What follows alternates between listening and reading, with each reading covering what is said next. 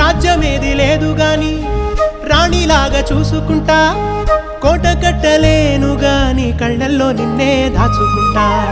రాత ఎట్లా రాసి ఉన్నా ఆ మార్చి నీతో రాసుకుంటా, స్వర్గమంటూ ఉన్నదంటే అది నీతోనే ప్రతిరోజు పంచుకుంటా.